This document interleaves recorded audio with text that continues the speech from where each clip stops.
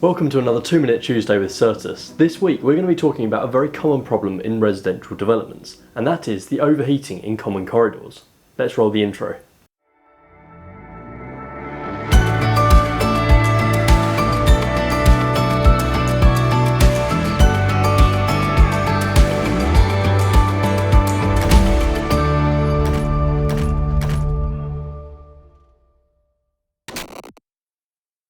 Improved efficiency through centralised heating systems, boilers and hot water pipeworks in multi-storey residential schemes can result in significant heat build-up in common circulation areas. Today I'm going to show you a very handy way to overcome this. By using smoke ventilation to provide mechanical corridor ventilation into smoke shafts and therefore reduce heat build-up and provide fresh replacement air, the effects of heat build-up can be overcome. Thermostat sensors activate the system and it runs until a preset temperature is achieved. Additional control can be achieved by using 24/7 timers and weather stations. By taking this combined approach, it can improve air quality, reduce CO2 emissions, and is more cost efficient. However, if you're considering doing this on your scheme, it's best to make sure you do it at design stage.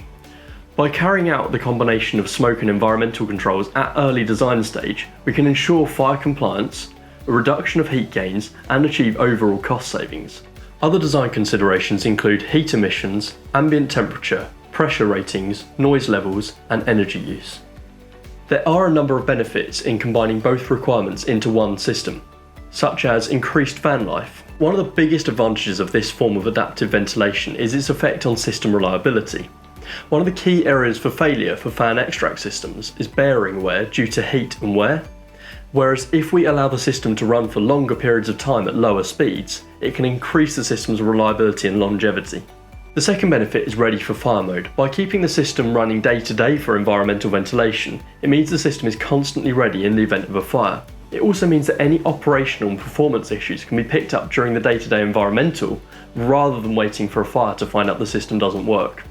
The third benefit is having a single control system. By having information fed in from corridor temperature sensors and fire alarms and smoke detectors, etc., it means that everything comes together into one system and can be displayed on a graphical user interface panel. If the system were to go into fire, the panel will intelligently switch over from environmental ventilation to fire mode. This means there's no risk of two separate systems operating during the case of a fire. This is important because in the case of a fire, if an environmental system is operating, it can have very negative impacts.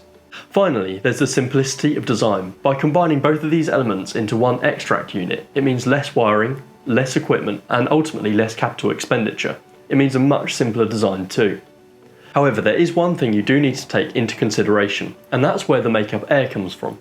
The only place that you can't take the makeup air from is a firefighting core. It's important to be aware of this because firefighters say taking makeup air for an environmental system from the firefighter's core can significantly hamper or have detrimental effects during the firefighting phase. Therefore, it's very important to make sure you're aware of where your makeup air can come from.